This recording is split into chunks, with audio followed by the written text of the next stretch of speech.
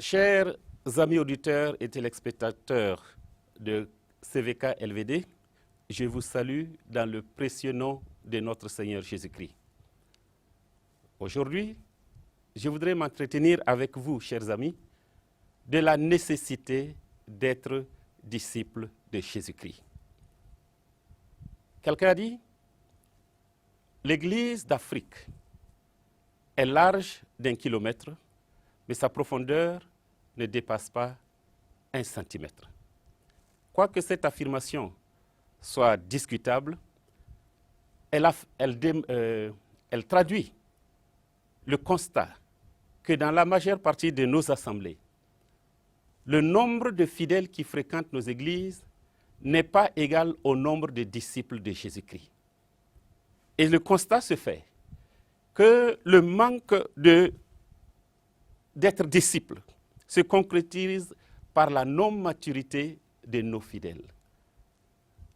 Vous avez des fidèles qui sont là et quand un problème surgit, ils vont aller ailleurs chercher la solution plutôt que de chercher la solution en Christ. Nous trouvons dans nos assemblées du syncrétisme. Le monde entre dans l'Église. Les pratiques du monde pénètrent dans l'Église, ou on entre dans l'Église avec la mentalité du monde et l'on constate dans l'Église des divisions, des dissensions, des partis qui se retrouvent au sein de l'Église. On constate également un assez grand nombre de chrétiens ou de fidèles qui passent tout leur temps à passer d'assemblée locale en assemblée locale. Ils sont des chrétiens papillons, voltigeant ça et là, cherchant là où le message leur fait du bien. Ils préfèrent beaucoup plus là où l'on parlera de bénédiction, on parlera de l'année de ton année, on parlera c'est l'année de ton élévation, l'année de la grâce surabondante pour toi. Ils ne vont pas parler de la responsabilité de notre relation avec Jésus-Christ. Les fidèles qui ne sont pas des disciples ne sont pas engagés dans le service de l'Église. Ils ne veulent pas avoir de responsabilité dans l'Église. Ils veulent simplement être comme allant dans un restaurant, mangeant et repartant chez eux. Ils ne veulent pas s'intégrer dans l'Église. Mais quand nous lisons la parole de Dieu, nous réalisons que la mission principale de Jésus-Christ, mourant sur la croix, rachetant le pécheur, est de faire des disciples. Quand il les sauve, il les joint à l'Église. Quand il les sauve, il en fait des disciples. Nous lisons dans le livre de l'Évangile selon Marc au chapitre 2, verset 14, il nous est dit que Jésus a vu Lévi, un collecteur d'impôts, et qu'est-ce qu'il lui a dit? Viens, suis-moi. Viens et suis-moi. Il trouve Pierre et ses frères qui étaient en train de pécher et il leur lance l'appel. Suivez-moi et je ferai de vous des pécheurs d'hommes. Et cela, c'est l'appel à être disciple. Jésus-Christ les appelle à le suivre. Être disciple, c'est suivre Jésus-Christ. Être disciple, c'est ressembler à Jésus-Christ. Être disciple, c'est apprendre de Jésus-Christ comme un apprenti apprend de son maître. Parler comme le maître, agir comme le maître, vivre comme le maître. Voici le disciple que Jésus-Christ veut former. Que Jésus veut que tu sois, que je sois, que nous soyons. Parce que si nous ne sommes pas disciples, nous ne pouvons pas comprendre la relation intime que Jésus-Christ veut avoir avec nous.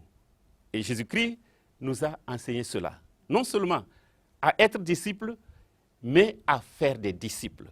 Ceux qui peuvent faire des disciples, ce sont ceux-là qui sont des disciples. Ceux qui marchent à la trace de Jésus-Christ. Ceux qui imitent Jésus-Christ. Ceux qui agissent comme Jésus-Christ.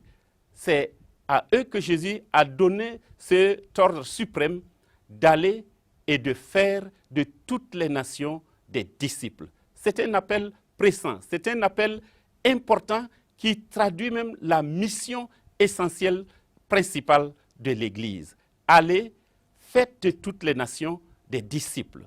Ce n'est pas simplement aller évangéliser, ce n'est pas simplement aller en mission. Toute œuvre évangélistique, toute œuvre missionnaire qui n'aboutit pas à la formation des disciples est une œuvre inachevée. Faire des disciples, voilà ce que Jésus-Christ attend de nous, être des disciples chaque jour de notre vie. Et former des disciples n'a pas été seulement du temps de Jésus-Christ. Quand nous regardons dans l'Ancien Testament, nous voyons la relation que Moïse avait avec Josué. Josué a appris de Moïse. Josué a suivi Moïse comme son maître. Il a été enseigné par Moïse. Il a obéi à Moïse. Il a reçu des ordres et il a exécuté. Vous vous rappelez? Quand les Amalécites ont attaqué Israël, quand il était en chemin, Moïse a demandé à Josué, il lui a même commandé de descendre dans la vallée et de combattre. Et Josué a obéi. Et Josué n'a jamais rêvé remplacer Moïse. Josué n'a jamais fait des plans pour remplacer Moïse. Il voulait simplement obéir, il voulait faire comme son maître lui commandait de faire. Et quand le temps est arrivé où Moïse devait repartir par le chemin de tous les hommes, Dieu dit à Moïse, c'est Josué qui va te remplacer. Moïse meurt et Josué attend. Il ne sait même pas que Moïse était mort. C'est là que Dieu va lui parler. Mon serviteur Moïse est mort. C'est toi qui vas conduire ce peuple à prendre possession de la terre promise. Et Josué a été élevé au rang de leader du peuple de Dieu. Quand nous allons plus loin, du temps des prophètes, nous voyons Élie et Élisée. Élisée a appris d'Élie. Dieu a donné cet ordre à Élie.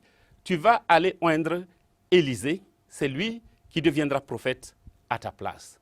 Et Élie est parti, il a trouvé Élisée en train de labourer son champ, comme vous le savez, et il a été revêtu du manteau d'Élie. Il a compris sa mission. Il a suivi Élie. Il a marché avec Élie. Il a été serviteur d'Élie. Il a appris d'Élie.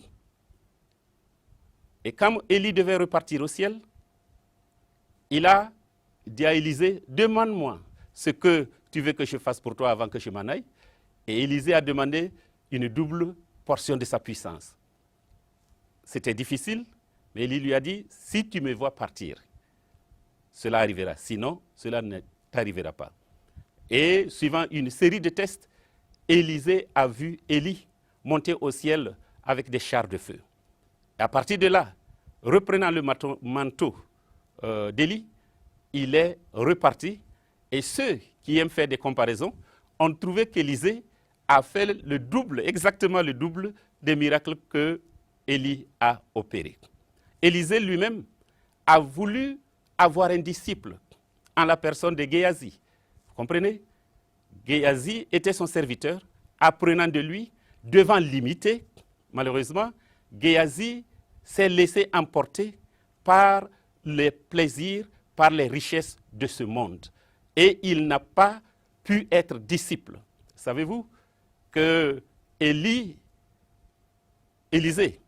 a refusé les présents que Naaman, le Syrien, apportait en récompense de sa guérison de la lèpre. Élisée a refusé de prendre, mais Géasi est parti derrière et il est allé récupérer des présents. Et au retour, il a été maudit. Il a reçu une malédiction. Être disciple, c'est imiter le maître. Mais très souvent, les désirs de ce monde, les désirs de gloire, de popularité, remplacent la formation des disciples. Des leaders orientent les gens vers eux-mêmes. Voyez ce que j'ai fait. J'ai fait telle chose. Moi, je suis capable de faire telle chose. Est-ce que Jésus-Christ nous a enseigné à être ainsi? Jésus-Christ nous a enseigné à être disciple. Et quel est le profil d'un disciple? Un disciple, c'est d'abord quelqu'un qui est né de nouveau. c'est quelqu'un qui est né de nouveau. Comme Jésus-Christ s'entretenait avec Nicodème, Jésus allait très directement. Si un homme n'est né de nouveau, il ne peut voir le royaume des cieux. Nicodème a commencé à poser une question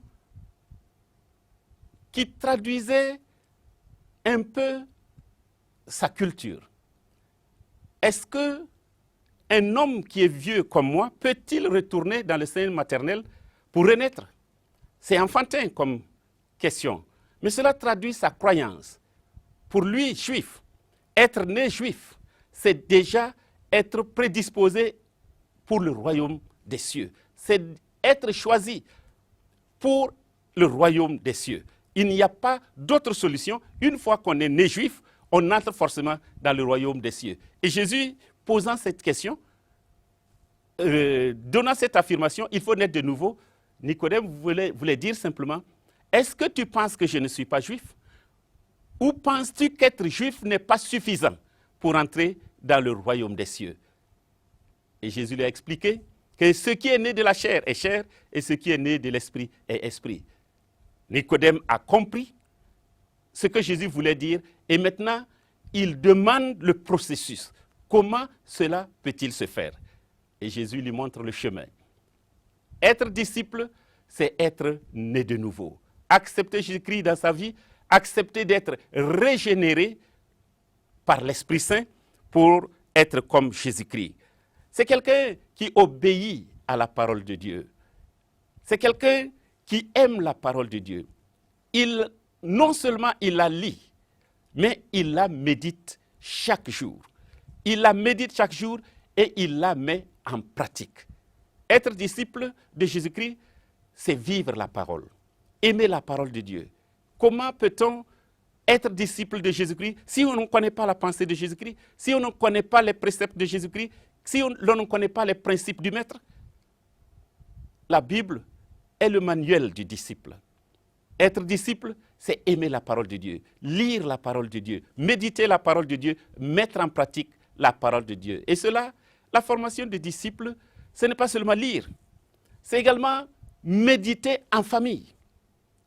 Que chacun puisse avoir un temps dans sa famille pour lire la parole de Dieu, pour méditer la parole de Dieu en famille chaque jour. La meilleure heure, c'est très tôt le matin, mais certains diront, nous n'avons pas assez de temps le matin, des enfants doivent aller à l'école, nous devons tout préparer, mais choisissez un moment favorable où vous allez avoir un culte de famille, où vous allez ensemble louer le Seigneur, surtout prier et lire la parole de Dieu. Un disciple, c'est quelqu'un qui est intégré à une église locale. Il n'y a pas de disciple volant. Il n'y a pas de disciple universel. Le disciple est attaché à une église locale.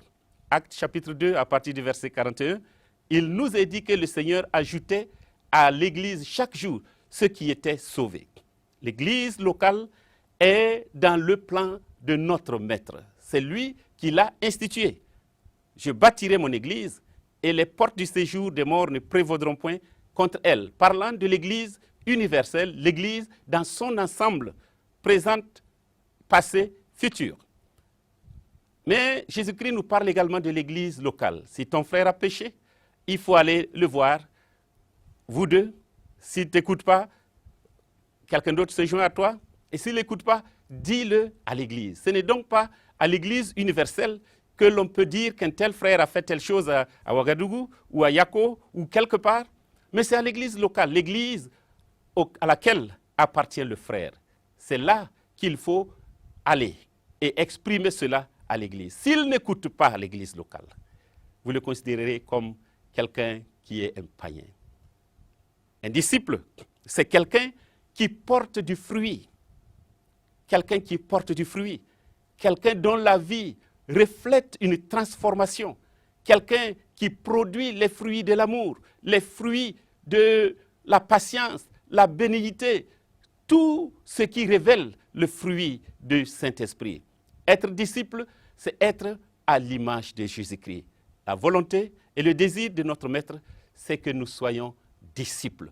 Comme Paul le dit, que nous parvenions à l'état d'homme fait, à la mesure de la stature parfaite de Christ. Être disciple, voilà ce que Jésus-Christ attend de vous. Que Dieu vous bénisse. Amen.